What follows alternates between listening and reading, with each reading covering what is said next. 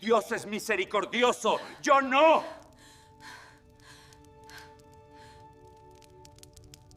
La noche en la hacienda Tres Ríos cae con una quietud antinatural que presagia tormenta.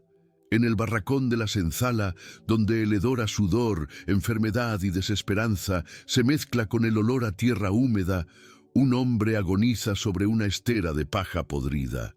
Damião, esclavo de 32 años cuya espalda es un mapa de cicatrices superpuestas, tiembla con fiebre tan alta que su piel arde al tacto.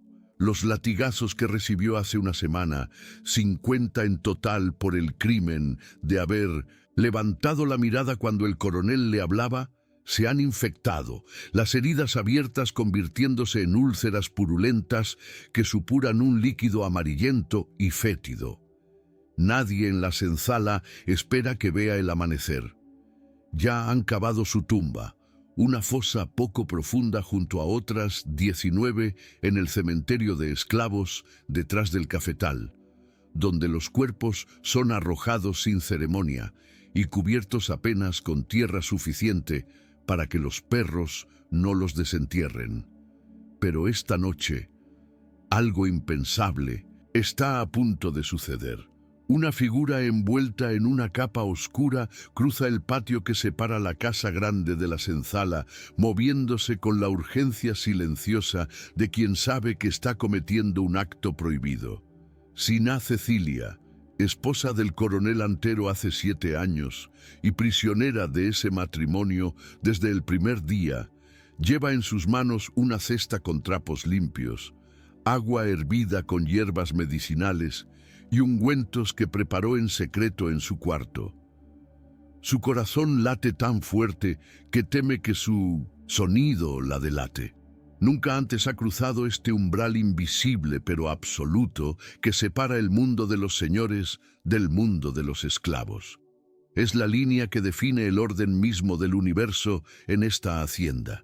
Y ella está a punto de borrarla con sus propios pies descalzos que se hunden en el barro del camino. Cuando empuja la puerta desvencijada del barracón donde le dijeron que Damião agoniza, el olor la golpea como un puñetazo físico. Tiene que contenerse para no vomitar. La luz de su pequeña lámpara de aceite apenas penetra la oscuridad, revelando sombras humanas acurrucadas en el suelo. Cuerpos exhaustos que ni siquiera se mueven ante su entrada, porque el sueño es el único escape que tienen de la realidad. Encuentra a Damião en el rincón más alejado, su cuerpo convulsionando con escalofríos a pesar del calor sofocante de la noche. Se arrodilla junto a él sobre la tierra batida, sin importarle que su vestido de lino fino se manche de barro y sangre seca. Con manos que tiemblan tanto, de miedo como de determinación, comienza a limpiar las heridas infectadas en su espalda, cada pasada del trapo arrancando coágulos de pus y haciendo que el hombre inconsciente gima de dolor incluso en su delirio febril. «Perdóname», susurra mientras trabaja, aunque no está segura de si le habla a él, a Dios o a sí misma. «Perdóname por vivir en esa casa mientras ustedes mueren aquí. Perdóname por cada día que miré hacia otro lado». Las lágrimas ruedan por sus mejillas, cayendo sobre la espalda, destrozada de Damião, mezclándose con el agua y la sangre. Cecilia es una mujer de 30 años con el rostro de alguien que ha olvidado cómo sonreír. Sus ojos verdes apagados por años de observar atrocidades que no puede detener. Fue criada en un convento, educada por monjas que le enseñaron sobre caridad y amor al prójimo, y luego vendida en matrimonio al hombre más rico y más cruel del Valle de Paraíba. Durante 7 años ha rezado por salvación, por intervención divina, por alguna señal de que Dios no ha abandonado este lugar. Esta noche, cansada de esperar respuestas del cielo, decidió convertirse ella misma en la respuesta. En este instante donde la compasión desafía al poder absoluto y una mujer arriesga todo por un acto de misericordia, en un mundo que castiga a la humanidad, comprendemos que a veces los actos más revolucionarios son también los más simples. Reconocer que aquellos a quienes el sistema llama propiedad son, en realidad, personas. Si historias como esta, donde el coraje moral enfrenta a la tiranía y la fe se convierte en acción, te conmueven profundamente, te invitamos a suscribirte al canal para que estas crónicas del Brasil colonial continúen siendo contadas. La batalla de Siná Cecilia apenas comienza y el precio de su misericordia se revelará en toda su magnitud. Pero el tiempo de Cecilia se acaba más rápido de lo que anticipa. Lo que ella no sabe es que uno de los feitores, João Ferrabras, un hombre cuya crueldad solo es superada por su lealtad, fanática al coronel, ha notado la ausencia de la Siná de la Casa Grande. La vio desde su puesto de vigilancia cruzar el patio, una aparición fantasmal moviéndose donde no debería estar. Inicialmente pensó que sus ojos lo engañaban, que tal vez era alguna criada en una misión nocturna. Pero cuando la figura desapareció dentro del barracón de los esclavos enfermos, supo con certeza escalofriante quién era. João Ferrabras corre hacia la Casa Grande, sus botas pesadas golpeando las piedras del patio, irrumpe en el dormitorio del coronel sin siquiera tocar la puerta. «Patrón», jadea, «la Siná está en la senzala, con el esclavo Damião, el que usted mandó azotar». El coronel Antero Cavalcanti de Melo, el hombre al que llaman Deus de Ferro, por su crueldad implacable y su ateísmo declarado, despierta de inmediato. No hay confusión de sueño en sus ojos, solo una claridad terrible y fría. Se levanta de la cama con movimientos deliberados, vistiéndose con la misma calma con la que se prepararía para una ejecución. Porque eso es exactamente lo que esto es, una ejecución no de un esclavo, sino de la ilusión de que su esposa tiene algún poder en esta hacienda. «Trae antorchas», ordena con voz que no necesita elevarse para transmitir autoridad absoluta, y reúne a los otros feitores. «Quiero que todos vean lo que sucede cuando mi esposa olvida su lugar». Mientras camina hacia la senzala seguido por João y otros 3 hombres con antorchas, su rostro es una máscara de furia, contenida que es infinitamente más aterradora que cualquier explosión de rabia. La puerta tosca del barracón, hecha de tablas mal ajustadas y sostenida por bisagras oxidadas, es arrancada literalmente de su marco cuando el coronel la patea con toda la fuerza de su furia. El sonido es como un disparo de cañón en la quietud de la noche, despertando a todos los esclavos en el barracón que se encogen contra las paredes, sus ojos blancos de terror brillando en la oscuridad. El coronel Antero invade el cubículo estrecho, sus hombros anchos bloqueando la entrada, y la luz de las antorchas de los feitores detrás de él ilumina la escena que congela el aire mismo en los pulmones de todos los presentes. Allí, de rodillas en el suelo de tierra batida, como si fuera una penitente en una iglesia, está su esposa, Siná Cecilia, limpiando con un paño empapado los ferimientos infectados en la espalda de Damião, quien yace boca abajo en su estera de paja, semiconsciente, pero ahora mirando hacia la puerta con ojos que reconocen su propia muerte inminente. La presencia de la Siná en este lugar es más que un choque social o una violación de las reglas de la hacienda. Es una ruptura en el orden fundamental del universo, tal como el coronel lo ha construido. En su mundo hay 2 categorías de seres: los humanos, que son él y su familia, y las herramientas que hablan, que son los esclavos. Que su esposa esté aquí, tocando a un esclavo con sus propias manos, tratándolo como si su vida tuviera valor, es un desafío a todo lo que él representa. Cecilia se levanta lentamente, el miedo paralizando su rostro pálido hasta dejarlo del color de la cera de vela. La palangana de agua con hierbas medicinales todavía está en sus manos temblorosas. el agua teñida de rosa por la sangre que ha limpiado. Antero, por favor. La voz le sale como un susurro estrangulado, apenas audible sobre el crepitar de las antorchas. El hombre estaba muriendo. Era necesario tener misericordia. Como cristianos, como seres humanos, no podíamos simplemente dejarlo. El coronel Antero ríe. Es un sonido seco, rasposo, completamente desprovisto de humor o calidez.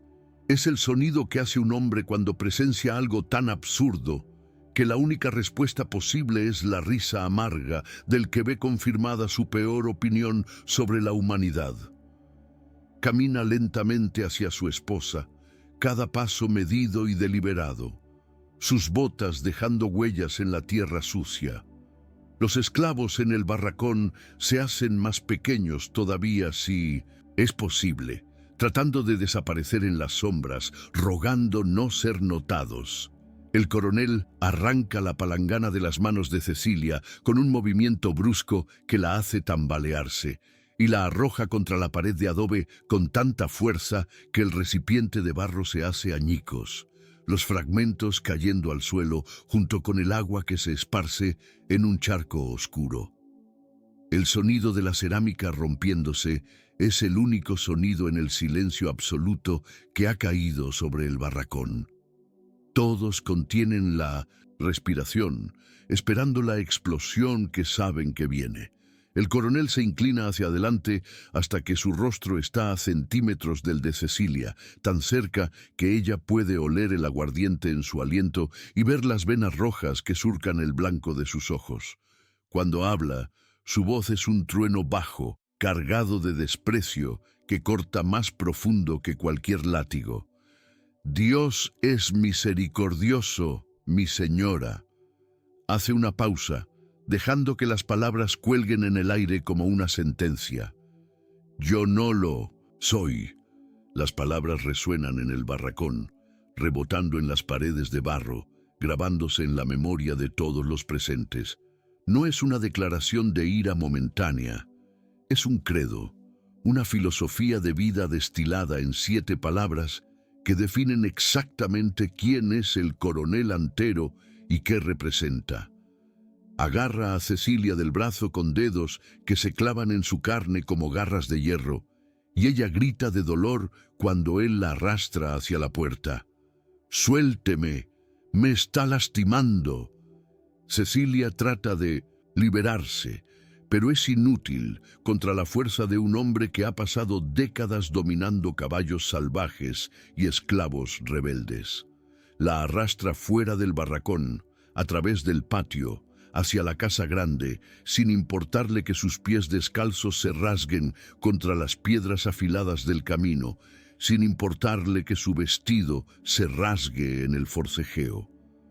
Los feitores lo siguen a distancia respetuosa, sus antorchas iluminando esta procesión grotesca de un marido arrastrando a su esposa como si fuera ganado, desobediente. En el umbral de la senzala, el coronel se detiene abruptamente, volviéndose para mirar hacia atrás al barracón donde Damió yace todavía sobre su estera. Sus ojos seguían la escena con una mezcla de horror y algo más. Algo parecido a la culpa por haber sido la causa de este sufrimiento de la Siñá.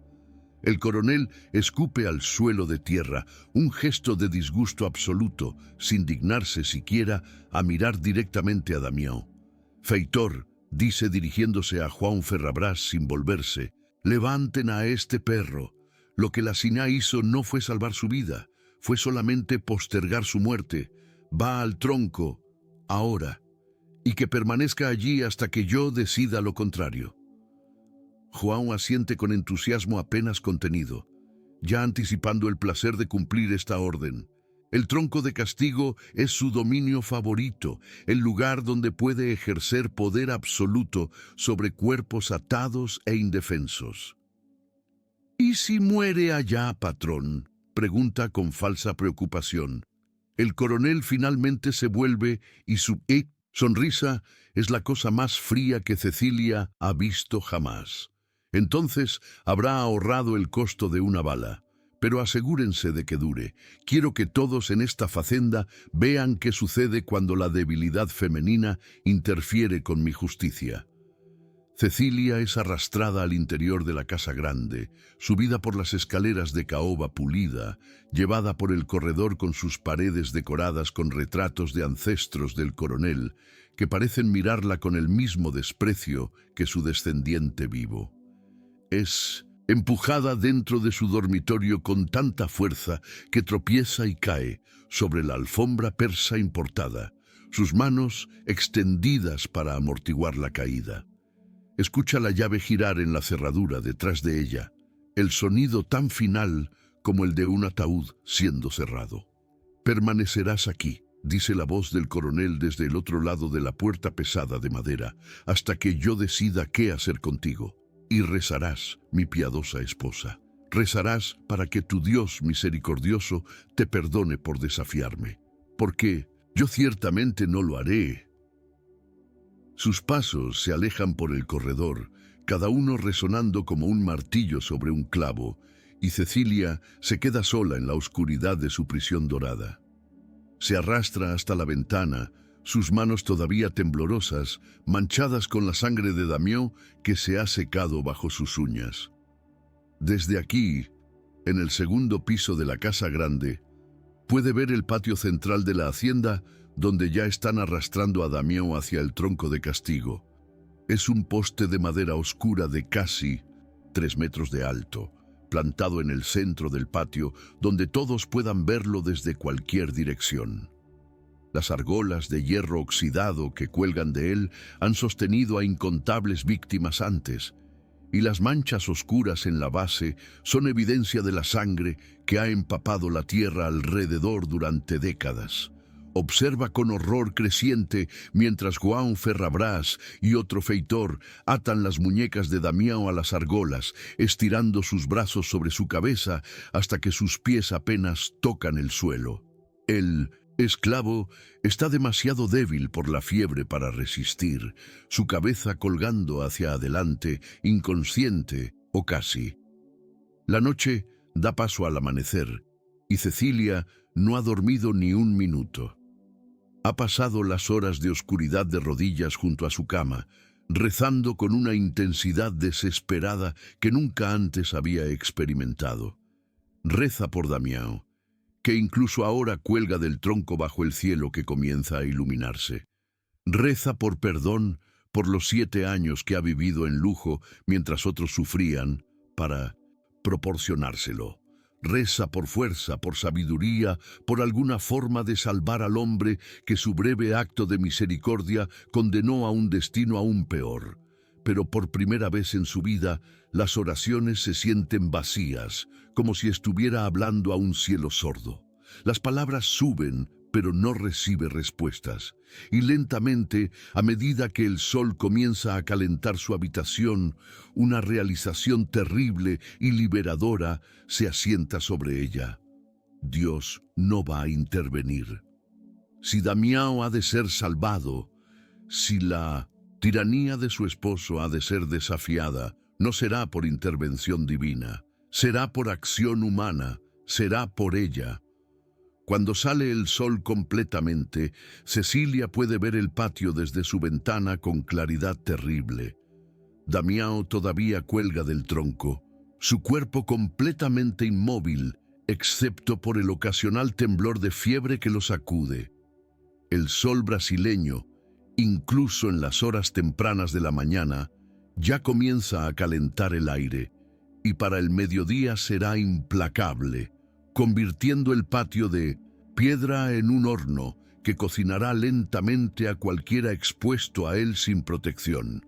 Los esclavos pasan de camino a los cafetales, obligados a pasar junto al tronco, a ver el ejemplo que el coronel ha montado. Es un mensaje claro. Esto es lo que sucede a cualquiera que inspire compasión en la Siná, cualquiera que se atreva a ser tratado como humano. El mensaje no es solo para los esclavos, es también, principalmente, para Cecilia misma. El coronel la está castigando de la manera más cruel posible, no lastimándola directamente, sino haciendo que observe las consecuencias de su compasión. A media mañana, escucha pasos aproximándose por el corredor. La llave gira en la cerradura y la puerta se abre para revelar a Benedita, la criada personal de Cecilia, una mujer de mediana edad que ha servido en la casa grande durante 20 años. Trae una bandeja con desayuno, pan fresco, frutas, café con leche, todo presentado con el cuidado habitual. Pero cuando Benedita coloca la bandeja sobre la mesita junto a la ventana, Cecilia puede ver lágrimas en sus ojos. «Sina», susurra en voz tan baja que apenas es audible, «lo que usted hizo anoche fue la cosa más valiente que he visto en mi vida. Pero también fue...». No puede terminar la frase, pero no necesita hacerlo. Ambas saben lo que fue. Un acto de misericordia que puede haber firmado la sentencia de muerte de Damião y arruinado cualquier esperanza que Cecilia tenía de influenciar a su esposo hacia un tratamiento más humano de los esclavos. «¿Cómo está él?», pregunta Cecilia, refiriéndose a Damião sin usar su nombre, porque incluso aquí, en la supuesta privacidad de su habitación, las paredes tienen oídos. Benedita niega con la cabeza lentamente, consciente a veces, inconsciente otras. La fiebre no ha cedido, el sol... No necesita completar ese pensamiento tampoco. El patrón dice que permanecerá allí hasta el atardecer. Dice que es una lección para todos nosotros sobre lo que sucede cuando la debilidad se confunde con misericordia. Se acerca más, bajando aún más la voz. «Siñá, hay murmuros en la senzala. Algunos dicen que usted es santa por lo que hizo.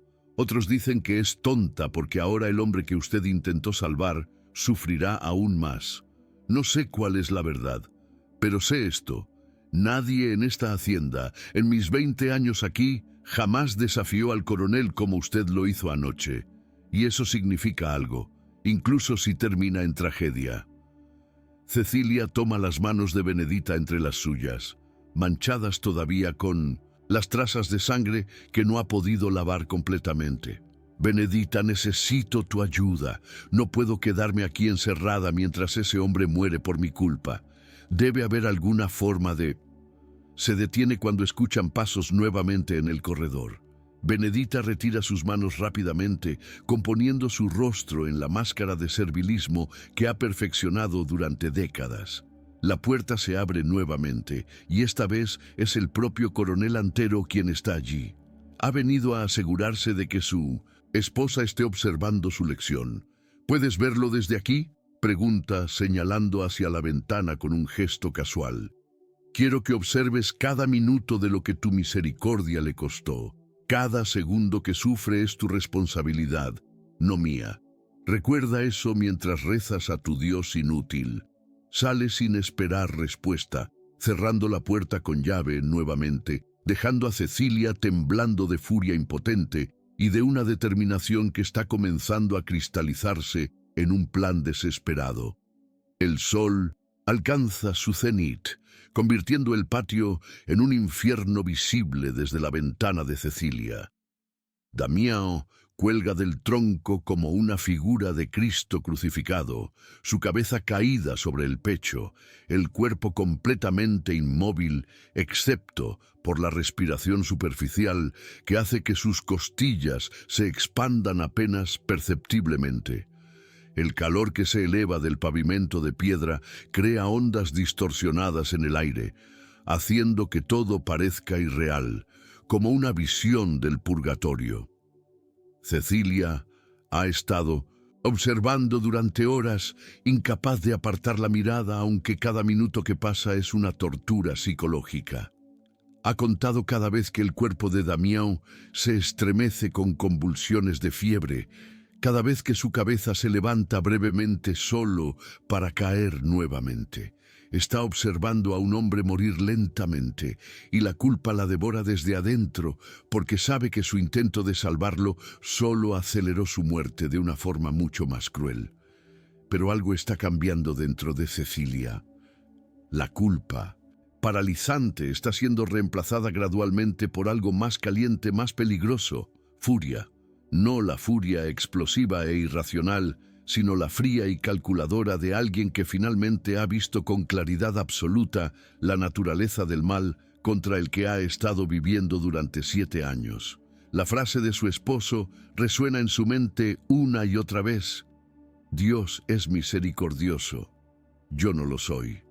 Es una declaración de guerra no solo contra Damián, sino contra todo lo que Cecilia cree, contra su fe misma. Su esposo se ha colocado como el antidios de esta hacienda, un tirano que no solo rechaza la misericordia, sino que la castiga activamente. Y Cecilia comprende ahora con claridad cristalina que rezar no es suficiente. Dios puede ser misericordioso, pero Él también espera que sus hijos actúen cuando presencian el mal. Ella ha estado esperando un milagro, pero tal vez ella misma deba ser el milagro. Se aleja de la ventana por primera vez en horas, su mente comenzando a trabajar con una claridad que nunca antes ha experimentado. La habitación en la que está encerrada es su prisión, sí, pero también es familiar. Conoce cada tabla del suelo, cada grieta en las paredes, cada peculiaridad de la cerradura antigua en la puerta. Hace años, cuando recién llegó a esta casa como novia aterrorizada de 13 años, encontró por accidente que una de las tablas del suelo junto a la chimenea estaba suelta. Debajo había un espacio pequeño, probablemente usado por algún ocupante anterior para esconder objetos de valor. Nunca le dijo a nadie sobre este descubrimiento, guardándolo como un pequeño secreto propio, en una vida donde no tenía secretos ni privacidad. Ahora se arrodilla junto a la chimenea y trabaja la tabla suelta hasta que se levanta, revelando el espacio debajo, vacío como esperaba, pero lo suficientemente grande para esconder cosas, o para pasar cosas. Cecilia examina su habitación con nuevos ojos, no como una prisionera resignada, sino como una estratega buscando armas y herramientas. Tiene vestidos, joyas, libros, objetos religiosos. Tiene acceso limitado a través de Benedita, quien trae comida y puede llevar mensajes si es lo suficientemente valiente o desesperada. Y tiene algo que su esposo subestima completamente: inteligencia y la capacidad de aprender de él mismo. Durante 7 años ha observado cómo el coronel Antero gobierna esta hacienda, cómo manipula, cómo castiga, cómo usa el miedo como herramienta de control. Él cree que ella es débil porque es piadosa, que es tonta porque es bondadosa. Pero ella ha estado observando, aprendiendo, y ahora está lista para usar esas lecciones contra él. Si Damián ha de ser salvado, no será por súplica ni por oración directa. Será por astucia, engaño y la voluntad de convertirse temporalmente en algo que no es. Una mujer sin escrúpulos, dispuesta a hacer cualquier cosa para lograr su objetivo. Cuando Benedita regresa al mediodía con más comida que Cecilia no ha tocado, encuentra a su señora transformada. Ya no está junto a la ventana observando con impotencia. Está sentada en su silla de lectura, aparentemente tranquila, con un libro de oraciones abierto en su regazo. Benedita, dice con voz que no tiembla, necesito que me consigas algo y necesito que no hagas preguntas sobre por qué lo necesito. ¿Puedes hacer eso por mí? Benedita estudia el rostro de su señora, viendo algo allí que no estaba antes, algo duro y determinado que la asusta y la inspira simultáneamente. Depende de qué sea. Siñá, si el patrón descubre que la estoy ayudando... Cecilia se levanta, caminando hacia la criada con pasos medidos. El patrón no lo descubrirá. Y si lo hace, yo diré que te obligué, que te amenacé. Pero necesito esto, Benedita, no por mí, por ese hombre allá afuera que está muriendo porque yo intenté salvarlo. ¿Qué necesita?, pregunta Benedita finalmente, comprometiéndose aunque sabe que probablemente se arrepentirá. Cecilia se acerca más, bajando la voz a un susurro apenas audible. Necesito la llave de la despensa donde el coronel guarda el aguardiente y el vino, solo por 1 hora. La devolveré antes de que alguien note que falta. Benedita la mira con incredulidad. ¿La llave de la despensa? ¿Para qué necesita alcohol? Si está pensando en... Cecilia la interrumpe con un gesto. No estoy pensando en beber para olvidar, si eso es lo que temes. Estoy pensando en algo más útil. ¿Confías en mí? Es una pregunta extraña viniendo de una señora hacia su criada, porque en el mundo de la hacienda la confianza no va en esa dirección. Pero Benedita, mirando los ojos de su señora, ve algo que la hace asentir lentamente. La conseguiré. Pero Siñá, sea lo que sea que esté planeando, tenga cuidado. El coronel no perdona traiciones, y si descubre que usted está conspirando contra él, ya me ha castigado de la peor forma posible, responde Cecilia, mirando nuevamente hacia la ventana donde Damião todavía cuelga bajo el sol implacable. Me ha forzado a observar, mientras un hombre muere por mi culpa. ¿Qué más puede hacerme que sea peor que esto? Es una pregunta retórica, pero ambas mujeres conocen la respuesta. Hay muchas cosas peores que el coronel Antero podría hacer, y no dudaría en hacerlas si se siente lo suficientemente provocado. Pero Cecilia ha cruzado una línea invisible dentro de sí misma. Ha decidido que vivir como cómplice pasiva de maldades es peor que arriesgar castigo por intentar detenerlas. Benedita sale de la habitación con la bandeja de comida intacta, prometiendo regresar con la llave en 1 hora. Cecilia regresa a la ventana, pero ahora no está simplemente observando con impotencia. Está observando con propósito, estudiando los patrones de movimiento en el patio, contando cuántos guardias hay, notando cuando cambian turnos, memorizando cada detalle que podría ser útil. El plan que está formándose en su mente es desesperado, lleno de puntos donde puede fallar catastróficamente. Pero es un plan, y eso es más de lo que tenía hace 1 hora. Si no puede salvar a Damião directamente, si no puede simplemente bajar y cortar sus ataduras porque los guardias la detendrían de inmediato, entonces necesita crear una distracción tan grande, tan caótica, que nadie esté prestando atención al tronco el tiempo suficiente para que alguien más lo libere. Y la mayor distracción que puede imaginar, la única cosa que haría que todos en la hacienda, incluido su esposo, dejaran todo para enfrentarla, es fuego. No un fuego pequeño en algún lugar insignificante, sino un fuego en el corazón de poder del coronel, su escritorio, donde guarda todos los registros de la hacienda, los documentos de propiedad, los contratos de deuda, toda la información que hace funcionar su imperio de café. Cuando Benedita regresa con la llave, Cecilia puede ver en su rostro que la criada está aterrorizada pero comprometida. «Aquí está», susurra, colocando la llave de hierro oxidado en la palma de Cecilia. Pero tiene solo media hora antes de que el mayordomo note que falta de su llavero. Y si va a hacer lo que creo que va a hacer, se detiene, incapaz de verbalizar el plan porque hacerlo sería hacerse cómplice verbal.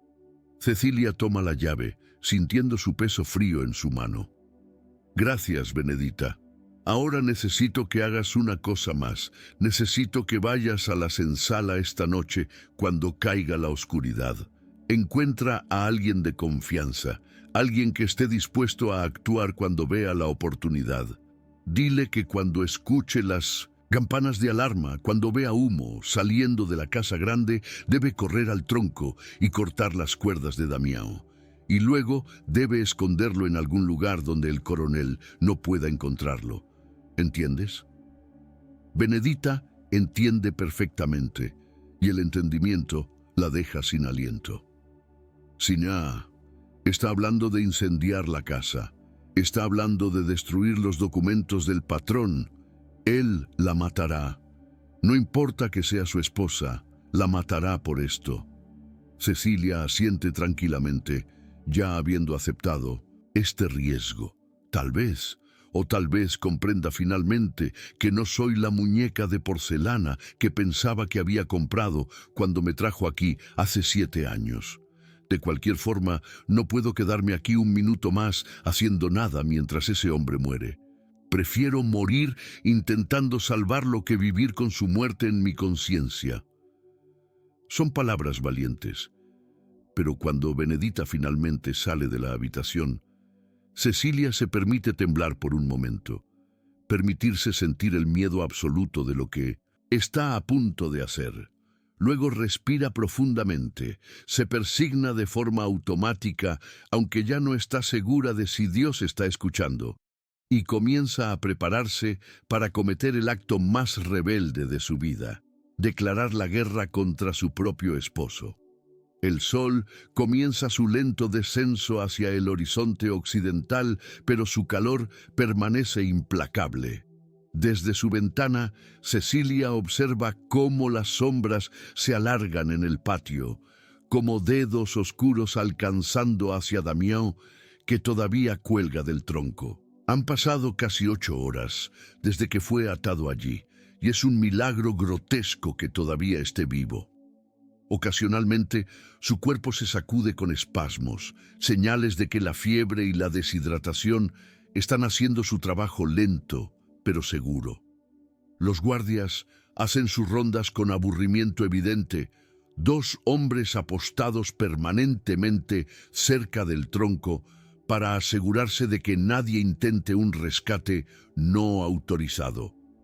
El coronel, satisfecho de que su lección está siendo administrada apropiadamente, se ha retirado a su escritorio en el ala este de la Casa Grande, donde maneja el papeleo interminable que mantiene funcionando su imperio.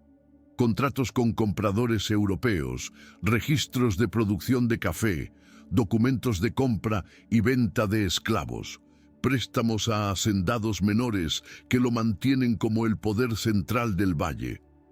Cecilia espera hasta que el sol toca el horizonte, pintando el cielo de naranjas y rojos que parecen presagiar el fuego que está a punto de desatar. Ha usado la llave que Benedita le consiguió para abrir su propia puerta desde dentro. Un pequeño truco que descubrió funciona porque la cerradura es antigua y puede ser manipulada desde cualquier lado si sabes cómo hacerlo.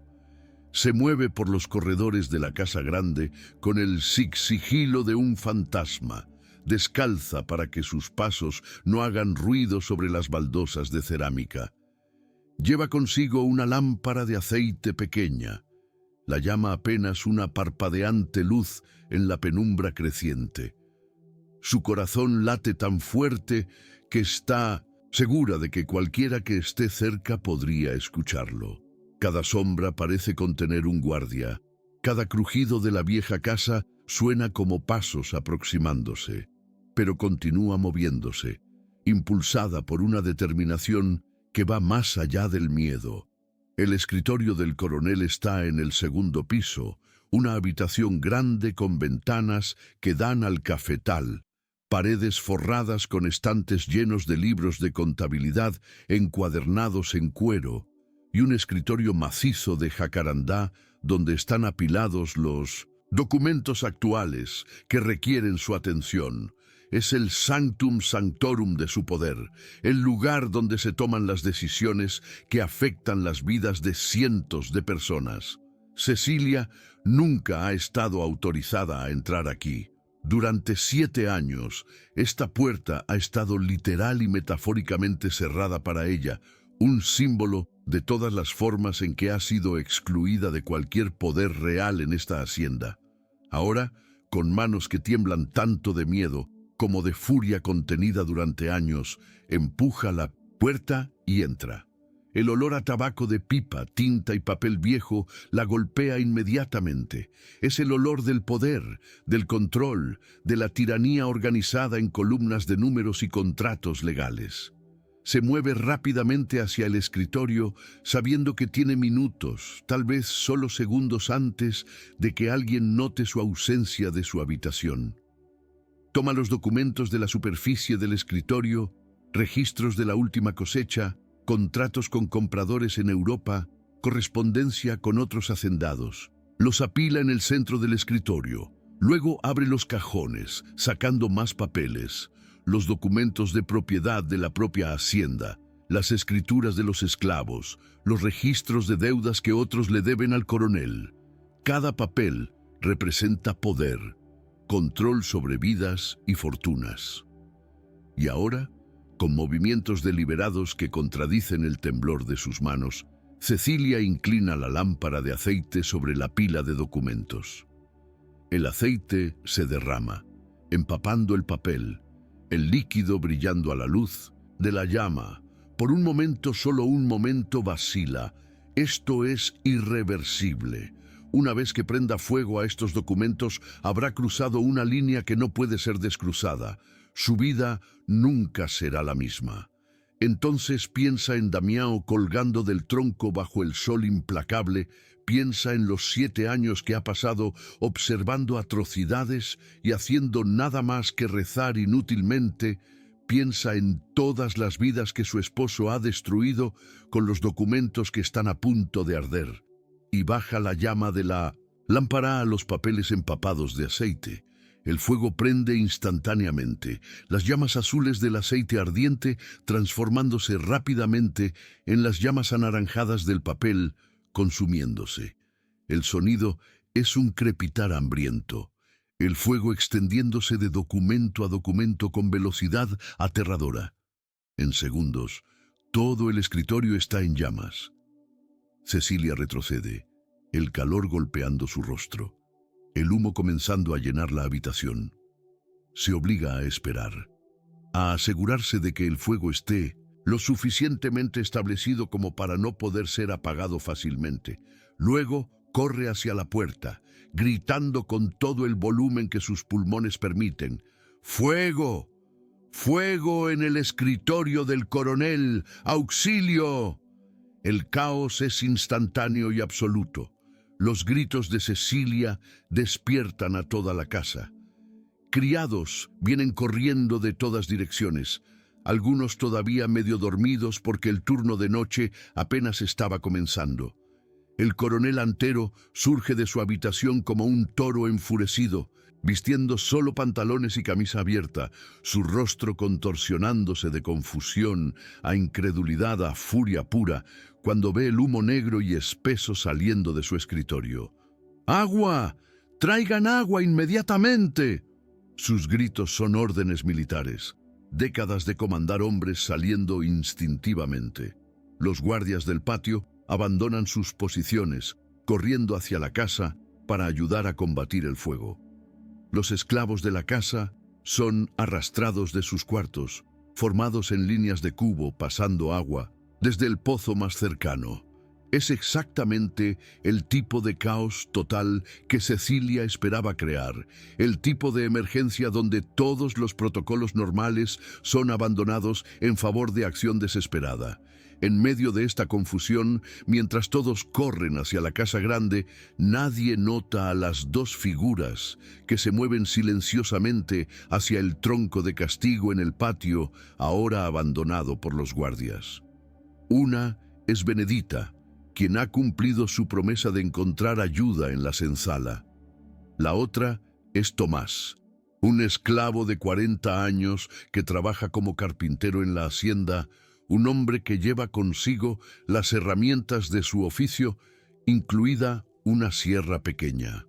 Se acercan al tronco donde Damião cuelga, ahora completamente inconsciente, su piel quemada por el sol y su respiración tan superficial que por un momento terrible temen que ya esté muerto. «Rápido», susurra Benedita, vigilando nerviosamente hacia la casa grande, donde pueden ver las llamas iluminando las ventanas del segundo piso. «Tenemos minutos a lo sumo antes de que alguien regrese». Tomás No desperdicia tiempo en palabras, saca su sierra y comienza a cortar las cuerdas que atan las muñecas de Damião a las argolas de hierro. Las cuerdas son gruesas, diseñadas para resistir los forcejeos más desesperados, pero la sierra de Tomás está afilada y sus brazos son fuertes por años de trabajo. La primera cuerda se rompe con un chasquido y el brazo izquierdo de Damião cae inerte. La segunda cuerda toma más tiempo, cada segundo una eternidad, mientras Benedita continúa vigilando, esperando en cualquier momento ver guardias regresando. Finalmente, la segunda cuerda cede y Damião colapsa completamente. Tomás lo atrapa antes de que golpee el suelo de piedra, levantándolo sobre sus hombros con un gruñido de esfuerzo. El hombre es puro peso muerto, completamente inconsciente, posiblemente muriendo. ¿Dónde lo llevo?, pregunta Tomás, tambaleándose bajo el peso. Benedita señala hacia el borde del patio, donde comienza el cafetal. Hay un escondite en el secadero viejo, el que ya no usamos. Nadie va allí. Lo esconderemos allí hasta que podamos sacarlo de la hacienda. Desaparecen en la oscuridad que ahora cae rápidamente, dos sombras cargando una tercera, moviéndose entre las filas de cafetos hacia un refugio temporal. Detrás de ellos, el fuego en la casa grande continúa, aunque los esfuerzos combinados de docenas de personas finalmente están comenzando a controlarlo. El coronel Antero está en medio del caos, su rostro ennegrecido por el humo, gritando órdenes mientras observa décadas de registros meticulosos convertirse en cenizas. Los contratos con compradores europeos, destruidos, los documentos de propiedad, chamuscados hasta volverse ilegibles, los registros de deudas que le debían, desaparecidos en humo. Es una catástrofe financiera de proporciones monumentales. Pero lo que lo enfurece más allá de cualquier preocupación por el dinero es la pregunta que gira en su mente. ¿Cómo comenzó este fuego?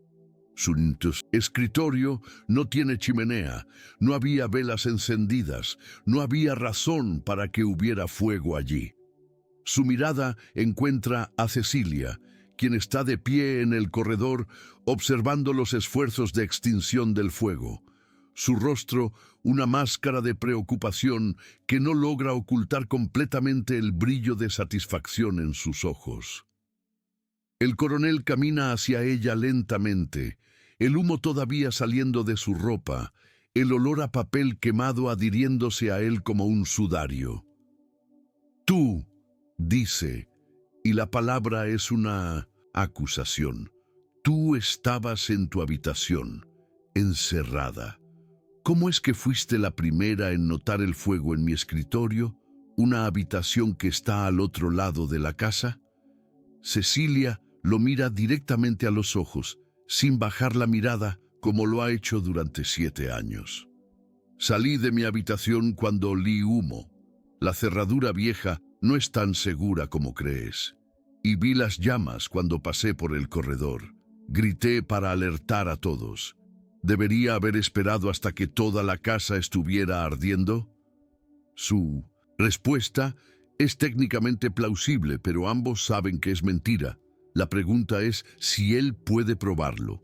El coronel Antero estudia a su esposa con ojos que han aprendido durante décadas a detectar mentiras en esclavos que intentan ocultar robos menores o errores. Pero Cecilia sostiene su mirada con una firmeza que nunca antes ha mostrado, y algo en esa transformación lo desconcierta más de lo que está dispuesto a admitir. «Registren su habitación», ordena a 2 criados que están cerca. «Busquen cualquier cosa que pueda haber sido usada para iniciar un fuego, lámparas, fósforos, cualquier cosa». Los criados corren a cumplir la orden mientras el coronel continúa observando a su esposa.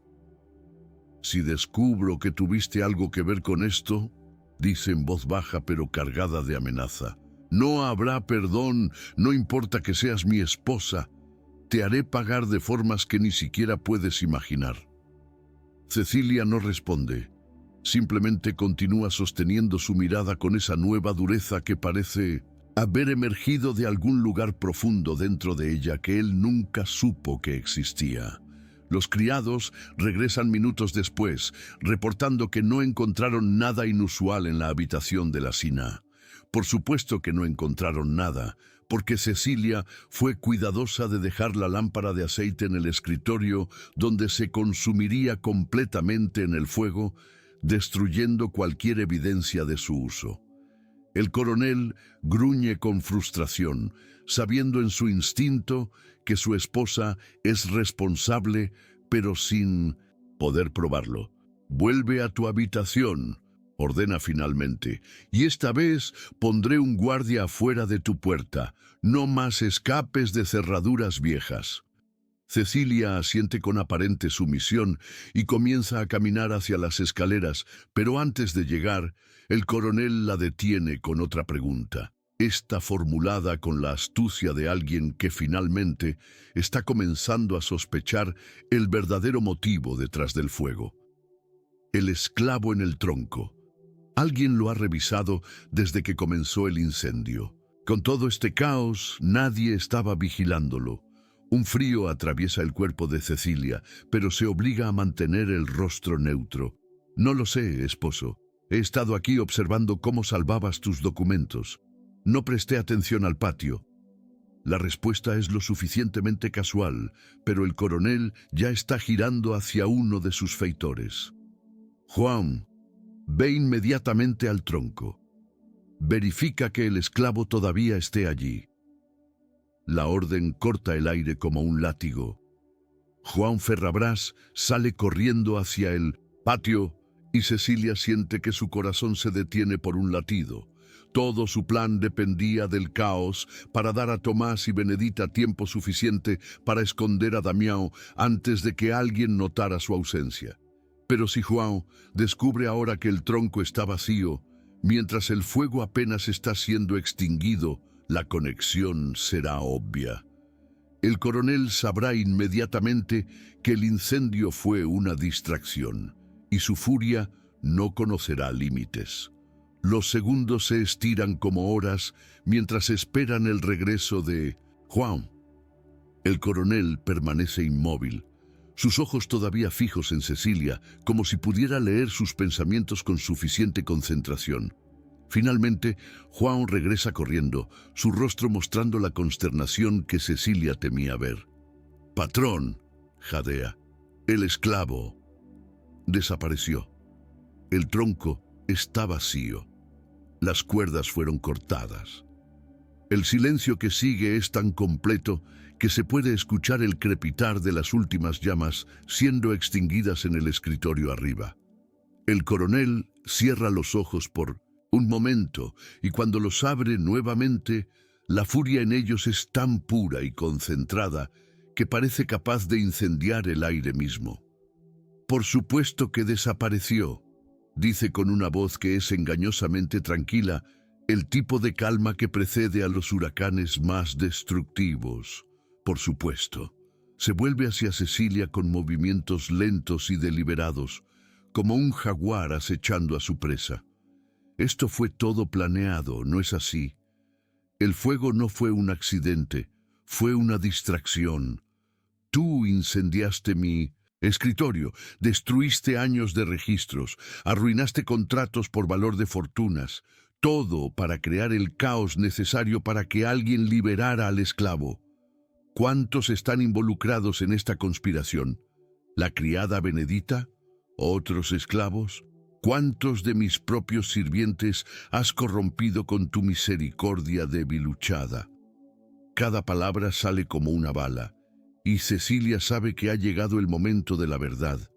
Puede seguir negando, puede intentar mantener la farsa de inocencia, pero, mirando los ojos de su esposo, sabe que él ya conoce la verdad.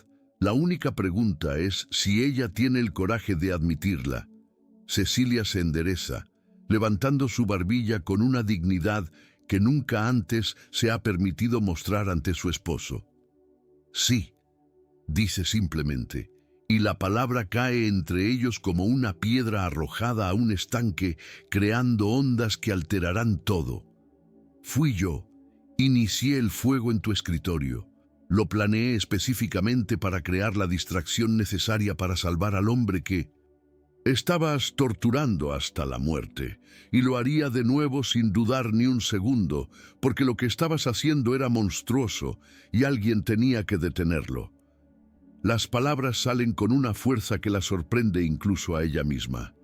Durante 7 años ha tragado palabras, ha mordido su lengua, ha mantenido silencio mientras presenciaba horrores. Pero ahora, habiendo cruzado ya la línea al cometer este acto de sabotaje, no hay razón para seguir fingiendo sumisión. El coronel da un paso hacia ella, levantando su mano como si fuera a golpearla, y todos los presentes contienen la respiración. Nunca antes ha levantado la mano contra su esposa físicamente. Ha preferido formas más sutiles de control y castigo. Pero ahora, con años de registros destruidos, un esclavo liberado desafiando su autoridad y su esposa confesando abiertamente su rebelión, está al borde de una violencia que podría no detenerse una vez que comience. Pero Cecilia no retrocede. Permanece firme, mirándolo directamente a los ojos, y en su mirada hay algo que detiene su mano en el aire. No miedo, sino desafío puro. Está preparada para cualquier cosa que él haga, y de alguna manera esa preparación le roba el placer de intimidarla. «Pégame si quieres», dice con voz que no tiembla. «Envíame al calabozo, ordena que me azoten como a uno de tus esclavos, pero no cambiará el hecho de que te derroté esta noche. Salvé a ese hombre de tu crueldad, y no hay nada que puedas hacer para deshacer eso». El coronel baja la mano lentamente, pero la furia en su rostro no disminuye. «Crees que ganaste», dice, y ahora su voz es un susurro venenoso. «Crees que porque lograste salvar a un esclavo y destruir algunos papeles, has triunfado sobre mí, pero eres increíblemente ingenua si piensas que esto termina aquí. Encontraré a ese esclavo. Peinaré cada centímetro de esta hacienda, torturaré a cada persona hasta que alguien confiese dónde está escondido. Y cuando lo encuentre, y lo encontraré, lo que planeaba hacerle antes parecerá misericordia comparado con lo que hará ahora. Y tú observarás cada segundo de ello, atada si es necesario, para que entiendas el precio real de tu rebelión». Se vuelve hacia Juan y los otros feitores que han estado observando esta confrontación con ojos desorbitados de shock. «Registren la senzala. Registren los barracones, los secaderos, los establos, cada edificio en esta hacienda. Interroguen a cada esclavo. Usen métodos persuasivos si es necesario. Alguien sabe dónde está escondido. Y hablarán». Los hombres se dispersan inmediatamente para cumplir las órdenes, y el coronel se vuelve una última vez hacia su esposa. «En cuanto a ti, volverás a tu habitación, y esta vez no saldrás hasta que yo decida qué hacer contigo. Y piensa en esto mientras estás encerrada. Cada persona que sea torturada durante la búsqueda de ese esclavo, cada gota de sangre derramada será tu responsabilidad.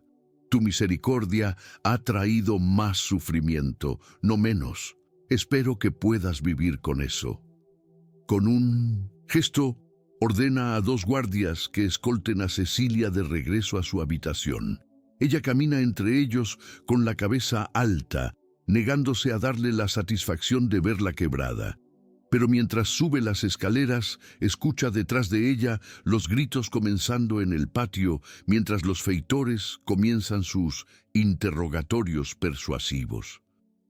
Y la culpa que había logrado suprimir durante la ejecución de su plan comienza a filtrarse de regreso, gota venenosa por gota venenosa.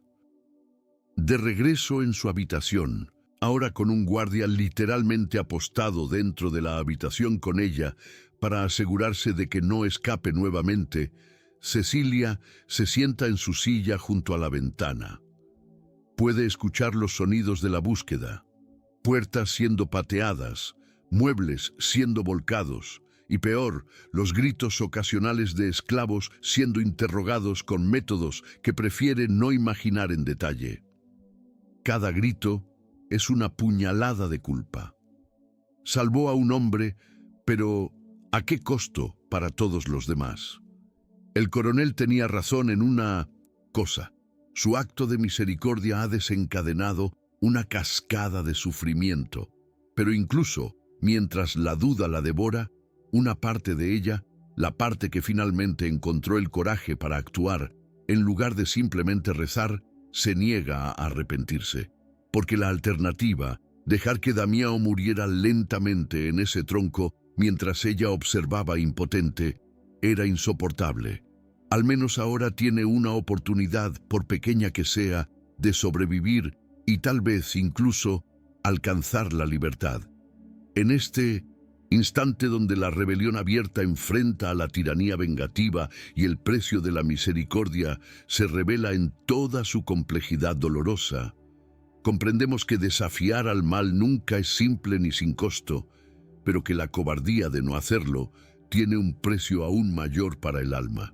Si historias como esta, donde el coraje moral se convierte en acción revolucionaria y una mujer arriesga todo para salvar una vida, te conmueven profundamente, tu suscripción al canal nos permite continuar rescatando estas crónicas del Brasil colonial.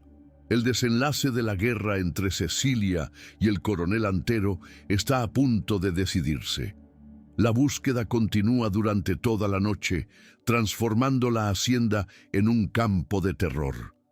Desde su ventana, Cecília puede ver las antorchas moviéndose como luciérnagas enfurecidas. Escucha los gritos y súplicas que perforan la oscuridad. El coronel Antero ha desatado una cacería que no distingue entre culpables e inocentes. Cada esclavo es considerado sospechoso hasta que demuestre lo contrario, y la forma de demostrar inocencia bajo interrogatorio de los feitores involucra dolor suficiente como para romper hasta a los más fuertes. Cecília se aferra al marco de la ventana, sus nudillos blancos de la tensión, luchando contra el impulso de gritar que se detengan, que ella confesará todo si solo dejan de lastimar a gente inocente. Pero sabe que una confesión más detallada no detendría la búsqueda. El coronel quiere a Damião y no descansará hasta encontrarlo o hasta que todos en la hacienda hayan sido interrogados hasta el punto de ruptura. En el secadero abandonado, donde Tomás y Benedita escondieron a Damião, los tres están acurrucados en la oscuridad, escuchando los sonidos de la búsqueda, acercándose gradualmente. El secadero es un edificio viejo de adobe, con techo de tejas, usado décadas atrás para secar granos de café antes de que fuera reemplazado por instalaciones más modernas. Ahora está mayormente vacío, lleno de equipamiento oxidado y sacos de yute podridos. Damião yace sobre una pila de estos sacos, todavía inconsciente o cayendo dentro y fuera de la conciencia, su respiración superficial y irregular. Benedita ha limpiado sus heridas como pudo con agua traída en un frasco, pero él necesita atención médica real o morirá de infección o deshidratación. Tomás está junto a la puerta, mirando a través de una grieta en las tablas, vigilando las antorchas que se mueven cada vez más cerca. Vendrán aquí eventualmente, susurra. Registrarán cada edificio. Es solo cuestión de tiempo.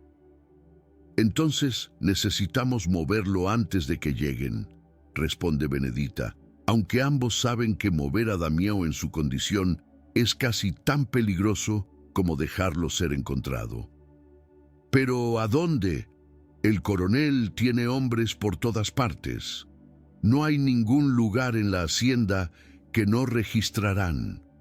Tomás piensa durante un momento, su mente trabajando a través de décadas de conocimiento de cada rincón de la propiedad. Hay un lugar, dice, finalmente, el cementerio de esclavos detrás del cafetal norte. Nadie va allí excepto cuando hay un nuevo cuerpo para enterrar. Hay una tumba, cavada hace 2 días para un hombre que murió, pero cuyo cuerpo aún no ha sido enterrado, porque estaban esperando que el padre viniera desde el pueblo para dar la bendición. La tumba está vacía y cubierta con tablas. Podríamos esconderlo allí. Es una idea macabra, esconder a un hombre vivo en una tumba, pero también es brillante en su simplicidad. Nadie buscaría en un cementerio de esclavos, un lugar que todos evitan por superstición y disgusto. Trabajan juntos para levantar a Damião, que gime débilmente cuando es movido, su cuerpo protestando contra cualquier cambio de posición. Es casi completamente peso muerto, incapaz de ayudar en su propio rescate. Tomás lo carga sobre sus hombros nuevamente, tambaleándose bajo el peso, mientras Benedita abre la puerta del secadero cuidadosamente, verificando que no haya guardias cerca. La noche es oscura. La luna oculta detrás de nubes, lo cual es tanto bendición como maldición. Los oculta, pero también hace que sea casi imposible ver dónde pisan. Se mueven a través del cafetal, Tomás avanzando lentamente bajo su carga, Benedita guiándolo con una mano en su hombro.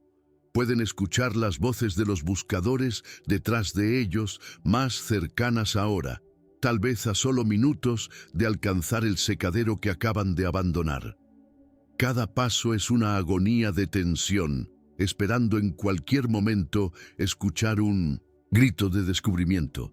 Finalmente llegan al cementerio de esclavos, un pedazo de tierra sin marcar excepto por montículos ocasionales y cruces toscas hechas de ramas atadas. No hay lápidas reales, no hay nombres. Los esclavos son enterrados y olvidados, sus vidas reducidas a números en los registros de pérdidas del coronel. Tomás encuentra la tumba abierta que mencionó, un hoyo rectangular de aproximadamente 2 metros de profundidad, con tablas de madera colocadas encima para evitar que animales caigan dentro. Quitan las tablas cuidadosamente y Tomás baja a Damião dentro de la tumba con tanto cuidado como puede bajo las circunstancias.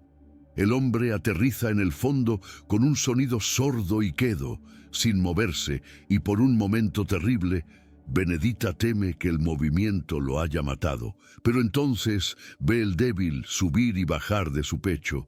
Todavía vive, apenas. Dejaremos las tablas apenas apoyadas, dice Tomás. Suficiente para que parezca que la tumba está cubierta, pero no tanto que no pueda respirar, y regresaremos mañana por la noche cuando la búsqueda se haya calmado. Reemplazan las tablas y cubren cualquier signo de actividad reciente alrededor de la tumba. Luego se separan, Tomás regresando a su barracón por una ruta, Benedita por otra, ambos esperando que su ausencia durante la búsqueda no haya sido notada. Pero cuando Benedita llega de regreso a la casa grande, encuentra a João Ferrabras esperándola en la puerta de servicio. La siñá te pidió que le trajeras agua. Hace 1 hora, dice, sus ojos estrechados con sospecha. ¿Dónde estabas? Benedita fuerza su rostro a permanecer neutral, llamando a décadas de práctica, ocultando emociones de los amos. En la cocina, preparando la bandeja. La noche ha sido caótica con el fuego. Todo está desordenado. No es una excusa particularmente convincente, pero João no tiene evidencia concreta de nada más. La deja pasar con una advertencia. El coronel quiere interrogar personalmente a todos los sirvientes de la casa. Mañana será mejor que tu historia sea consistente. Benedita asiente y continúa hacia adentro, sintiendo la mirada de João quemando su espalda. El amanecer llega sin que Damião haya sido encontrado, y el coronel Antero está en un estado de furia apenas contenida que asusta incluso a sus propios hombres. Ha pasado toda la noche supervisando la búsqueda personalmente, sin dormir, alimentándose solo de aguardiente y rabia. Su escritorio destruido, su esclavo perdido, su esposa desafiante, todo, conspirando para socavar su autoridad absoluta. Y lo peor de todo es que no puede demostrar concretamente quién más estuvo involucrado en la conspiración más allá de Cecilia. Los interrogatorios produjeron solo negaciones y confesiones arrancadas bajo tortura que se contradicen entre sí. Es como intentar atrapar humo con las manos. Finalmente, al mediodía del día siguiente, admite derrota temporal. Suspendan la búsqueda activa, ordena a sus feitores. Pero mantengan vigilancia en todos los caminos que salen de la hacienda. Si ese esclavo está vivo, eventualmente intentará escapar, y cuando lo haga, lo atraparemos. Se dirige a la habitación de Cecilia, despidiendo al guardia de un gesto. Entra sin tocar, encontrándola sentada en su silla junto a la ventana donde ha pasado las últimas 24 horas. No ha comido, no ha dormido, solo ha observado y escuchado el sufrimiento que su acción desencadenó. Su rostro está pálido, ojeras profundas bajo sus ojos, pero su expresión sigue siendo de determinación desafiante cuando lo mira entrar. «No lo encontraste», dice, y no es una pregunta. El coronel se detiene en el centro de la habitación, estudiándola con ojos que han perdido cualquier pretensión de afecto conyugal que pudieran haber fingido alguna vez. «No», admite, «pero lo haré.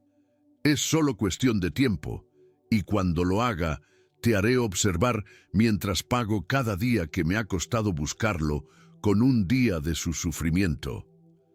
«Entonces espero que nunca lo encuentres», responde Cecilia con voz tranquila, «porque prefiero vivir con la incertidumbre de su destino que con la certeza de su tortura». El coronel se acerca a ella, se arrodilla para estar a la altura de sus ojos, un gesto que podría parecer íntimo, pero que está cargado de amenaza. «¿Realmente crees que valió la pena?», pregunta. «Destruiste años de mi trabajo, arruinaste contratos por fortunas, causaste que docenas de personas inocentes fueran interrogadas y castigadas. Todo por un esclavo, una persona cuya vida no tiene más valor que la de un caballo o una vaca en mis registros. ¿Valió realmente la pena todo ese caos por él?». Cecilia no vacila en su respuesta. «Sí, porque él no es ganado. Es un ser humano, y su vida tiene valor aunque tú te niegues a verlo. Y si tuviera que elegir nuevamente, haría exactamente lo mismo». El coronel se levanta lentamente, y por primera vez desde que comenzó esta confrontación, algo en su expresión cambia. No es arrepentimiento o comprensión, pero tal vez es algo cercano al respeto reluctante. «Eres más fuerte de lo que pensé», dice finalmente. «Durante 7 años creí que eras simplemente una beata débil que se escondía en oraciones porque no tenía el coraje para enfrentar el mundo real. Me equivoqué. Eres fuerte, pero canalizas esa fuerza de la manera más destructiva posible, hacia objetivos que no importan. Ese esclavo morirá eventualmente de cualquier forma, como todos ellos. Pero los documentos que destruiste, las fortunas que me costaste, esas eran cosas que importaban realmente». Cecilia sacude su cabeza con tristeza. «Y ahí está la diferencia entre nosotros. Tú valoras el papel y el dinero más que las vidas. Yo no puedo, no importa cuánto intentes enseñarme a hacerlo, y esa brecha entre nosotros nunca será superada». El coronel permanece en silencio durante un largo momento, procesando las palabras de su esposa. Finalmente habla, y su voz ha perdido el filo de furia inmediata, reemplazada por algo más frío y más permanente. «Aceptación de una realidad que no puede cambiar. Tienes razón en una cosa», dice, «esa brecha nunca será superada. Lo que significa que nuestro matrimonio, que ya era poco más que un contrato de conveniencia, ahora está completamente muerto.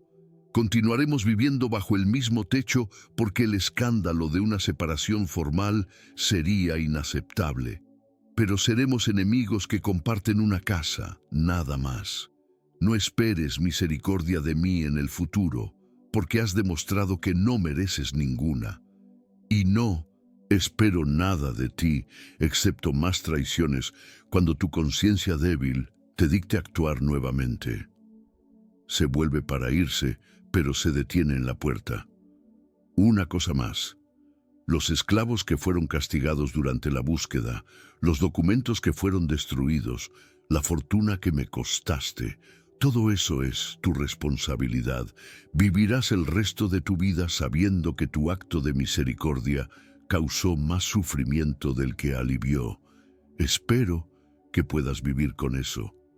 Cuando la puerta se cierra detrás de él, Cecilia finalmente se permite colapsar. Las lágrimas que ha estado conteniendo durante horas finalmente brotan, sollozos sacudiendo su cuerpo mientras la realidad de lo que ha hecho y sus consecuencias la golpea con fuerza total. El coronel tiene razón. Su acción causó sufrimiento a muchos, pero ¿cuál era la alternativa? ¿Dejar que Damião muriera mientras ella rezaba inútilmente? Continuar siendo una observadora pasiva de atrocidades, limpiando su conciencia con oraciones, pero sin hacer nada. ¿Real para detener el mal? No.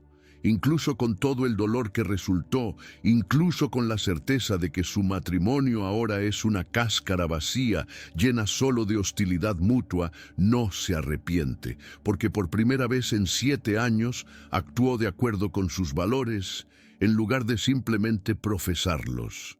Y eso tiene que significar algo, incluso si el costo es casi insoportable. Los días que siguen establecen el nuevo orden de la Hacienda Tres Ríos. Cecilia es liberada de su habitación, pero permanece esencialmente bajo arresto domiciliario, confinada a la casa grande y sus jardines inmediatos, siempre bajo vigilancia. El coronel Antero se sumerge en la tarea de reconstruir sus registros destruidos, un proceso que toma meses y que nunca será completamente exitoso porque algunos contratos existían solo en copias únicas que ahora son cenizas. Su relación con su esposa se ha enfriado hasta el punto de congelación. Se hablan solo cuando es absolutamente necesario y nunca en privado si pueden evitarlo. La casa grande se convierte en un campo de batalla silencioso donde 2 enemigos coexisten en estado de guerra perpetua pero no declarada. Los sirvientes aprenden rápidamente a navegar este nuevo terreno peligroso, evitando tomar lados abiertamente, pero sabiendo que cada acción será interpretada como lealtad a uno u otro.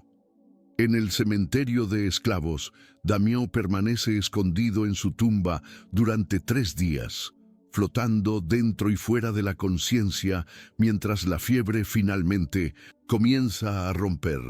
Tomás y Benedita lo visitan cada noche, trayendo agua, comida que él no puede comer todavía, y hierbas medicinales que Benedita prepara en secreto. Es una vigilia agonizante, no sabiendo cada noche si lo encontrarán vivo o muerto. Pero la constitución de Damião, fortalecida por años de trabajo brutal que mataría a hombres más débiles, se rehúsa a rendirse. Lentamente, tan lentamente que apenas es perceptible de un día al siguiente, comienza a mejorar. La fiebre cede, las heridas infectadas comienzan a sanar, la fuerza regresa a sus extremidades. Al 4.º día puede sentarse, al 5.º puede hablar en susurros. ¿Por qué?, pregunta a Benedita cuando puede finalmente formular palabras coherentes. ¿Por qué la Siná hizo esto por mí? Ahora está en peligro por mi culpa. Benedita le cuenta todo. Cómo Cecilia vino a la senzala arriesgándolo todo para intentar salvarlo, cómo fue descubierta por el coronel, cómo incendió el escritorio para crear la distracción necesaria para su rescate. Damião escucha con creciente asombro y horror. Entonces destruyó su propia vida para salvar la mía, dice finalmente. ¿Cómo puedo vivir con eso? ¿Cómo puedo ser libre sabiendo lo que le costó? Benedita toma su mano con gentileza. Vives siendo digno del sacrificio que hizo. Escapas de esta hacienda cuando estés lo suficientemente fuerte. Vas al norte hacia las tierras libres. Construyes una vida. Tienes hijos si puedes. Y les cuentas esta historia. Les cuentas sobre una señora blanca que valoró tu vida lo suficiente como para arriesgar todo por salvarte. Esa es la manera en que honras lo que hizo. Damián asiente lentamente, comprendiendo que tiene razón. Sobrevivir, escapar y vivir libre es la única forma de darle significado al sacrificio de Cecilia. Una semana después de la Noche del Fuego, cuando la vigilancia en los caminos ha disminuido ligeramente porque el coronel cree que cualquier fugitivo ya debe haber escapado o muerto, Tomás y Benedita ayudan a Damián a salir de su tumba. Todavía está débil, caminando con dificultad, pero puede moverse por su propia cuenta. Le han conseguido ropa diferente, un sombrero de ala ancha que oculta su rostro y un pase falsificado que lo identifica como un liberto trabajando para un hacendado de la provincia vecina. Es un documento burdo que no resistiría inspección cercana, pero con suerte será suficiente para pasar controles superficiales en los caminos. Ve hacia el norte, instruye Tomás. Hay quilombos en las montañas que te acogerán. O si prefieres, continúa hacia Minas Gerais, donde la ley del coronel no alcanza. Pero no te detengas hasta estar seguro de que estás fuera de su alcance. Damián abraza a ambos sin palabras adecuadas para expresar su gratitud, y luego desaparece en la noche, una sombra moviéndose hacia la libertad. Desde su ventana, Cecilia observa sin saber exactamente qué está presenciando, pero sintiendo instintivamente que algo importante está sucediendo. Ve una figura moviéndose entre los cafetales, dirigiéndose hacia el límite norte de la propiedad. No puede ver quién es en la oscuridad, pero su corazón sabe, es él. Damián, vivo y escapando. Las lágrimas ruedan por sus mejillas, pero esta vez no son de dolor, sino de alivio y algo parecido a la alegría. Lo logró. Contra todas las probabilidades, contra la furia de su esposo y el poder de todo el sistema que gobierna esta tierra, logró salvar una vida. Tal vez solo una vida entre miles, que continúan sufriendo en esclavitud, pero una vida que ahora tiene la oportunidad de ser vivida en libertad. Es una victoria pequeña en un mar de injusticia, pero es una victoria real. Y en este momento, observando esa sombra desaparecer en la noche, Cecilia permite que esa victoria la sostenga contra el peso de todo lo demás. Los meses pasan. El coronel Antero nunca encuentra a Damián, aunque envía cazadores de esclavos tras rumores de su paradero en varias ocasiones. Cada búsqueda fallida es otra pequeña derrota que el orgullo del coronel debe tragar. Gradualmente, obsesionarse con un solo esclavo fugitivo se vuelve menos importante que reconstruir su imperio financiero dañado por el fuego. Los documentos destruidos resultan imposibles de reemplazar completamente, costándole fortunas en contratos que no puede probar que existieron y deudas que no puede cobrar sin registros. Es una herida financiera de la que se recuperará, porque es rico más allá de lo que un solo incendio puede destruir, pero es una herida al orgullo que nunca sanará completamente. Y cada vez que pasa junto a su esposa en los corredores de la casa grande, ve en sus ojos el recordatorio de que ella le infligió esa herida y que no se arrepiente. Cecilia también cambia durante estos meses. La mujer que era, la beata pasiva que confiaba solo en oraciones, ha muerto en el fuego que ella misma encendió. La mujer que emerge es más dura, más cínica sobre las limitaciones del poder de la fe sin acción, pero también más fuerte. Comienza a buscar otras formas de subvertir el sistema de su esposo, pequeños actos de sabotaje que son cuidadosamente calculados para ser negables. Medicinas, accidentalmente, dejadas donde esclavos enfermos pueden encontrarlas. Información sobre castigos inminentes, casualmente, compartida con Benedita que puede pasar advertencias. Comida desperdiciada de las cocinas que de alguna forma termina en la senzala. Son actos pequeños, tan pequeños que casi parecen insignificantes comparados con el fuego que incendió, pero acumulados durante meses salvan vidas y alivian sufrimiento en formas que el coronel no puede rastrear de regreso a ella. Benedita se convierte en su cómplice en estos actos de resistencia silenciosa. La relación entre señora y criada ha evolucionado hacia algo más parecido a una conspiración de iguales, aunque las apariencias formales de amo y sirviente deben ser mantenidas en público. En la privacidad de la habitación de Cecilia, hablan como colaboradoras planeando la próxima pequeña victoria contra la tiranía del coronel. «Hay un niño en la senzala», informa Benedita una noche, no más de 8 años. El coronel planea venderlo separado de su madre la próxima semana porque un comprador ofreció buen precio. La madre está destrozada. Cecilia piensa durante un momento. ¿Qué pasaría si los documentos de venta fueran destruidos antes de que la transacción se complete? Si hubiera otro fuego pequeño, muy localizado, en el escritorio del capataz donde se guardan esos papeles, Benedita sonríe tristemente. El coronel sospecharía de inmediato, pero si parece un accidente, una vela dejada demasiado cerca de documentos inflamables. Planean cada detalle meticulosamente y una semana después, el escritorio del capataz sufre un pequeño incendio que destruye solo los documentos de esa venta particular. El niño permanece con su madre. Es una victoria pequeña, pero cuenta. Un año después de la noche del gran fuego, Cecilia recibe una carta que cambia todo. Es entregada por un viajero que pasa, dirigida simplemente a la señora de Tres Ríos. Está escrita con caligrafía cuidadosa pero no practicada. Las letras formadas con el cuidado de alguien que aprendió a escribir no en escuelas, sino en lecciones robadas. No está firmada, pero Cecilia sabe de inmediato quién la escribió. La carta es breve.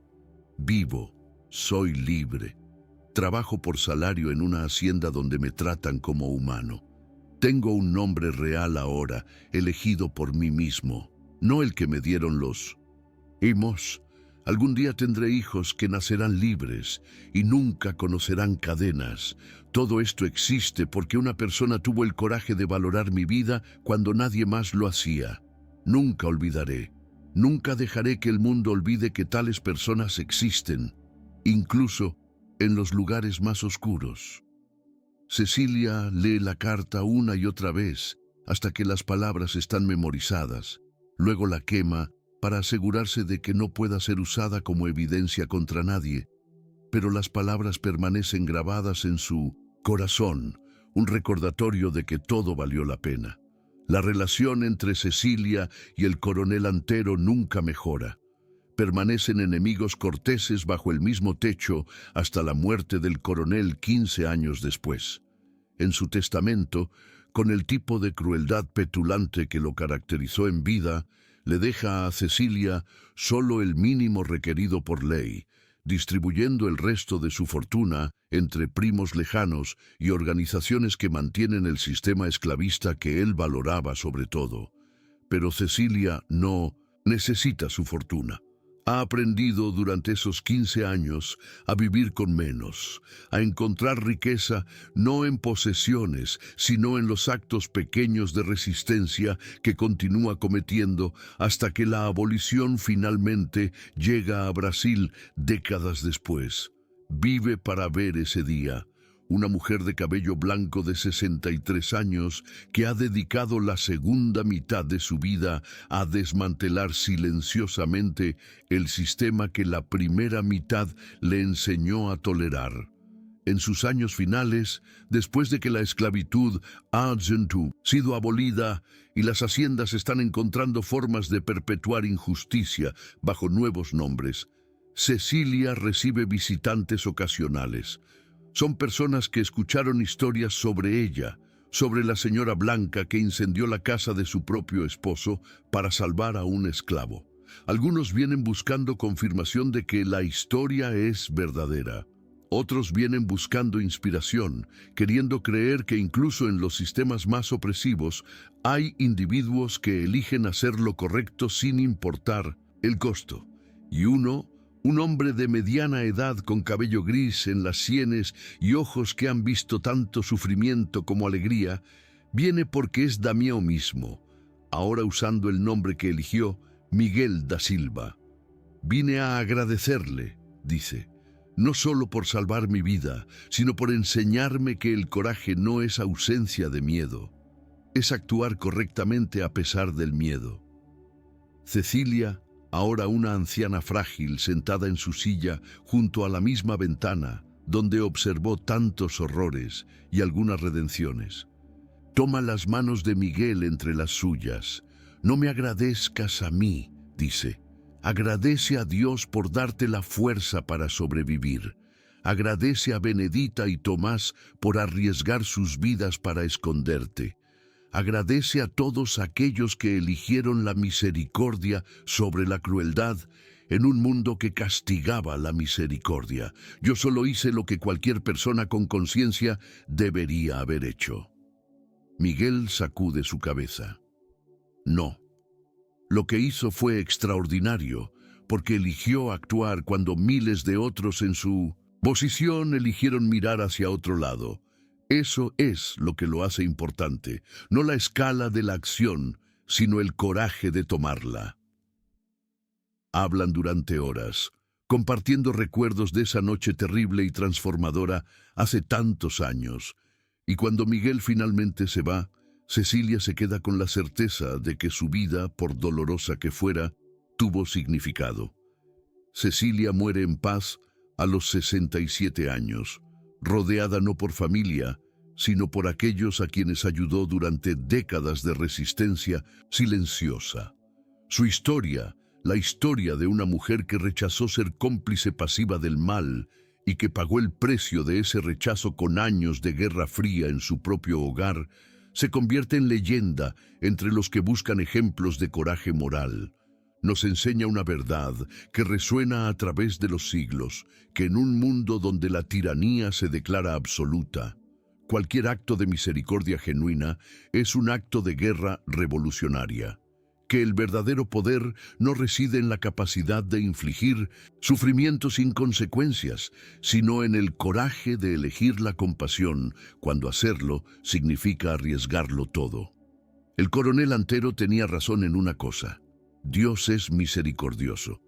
Pero lo que no entendió es que Dios trabaja a través de personas dispuestas a convertirse en sus manos, incluso cuando esas manos deben empuñar antorchas para quemar los templos de la injusticia.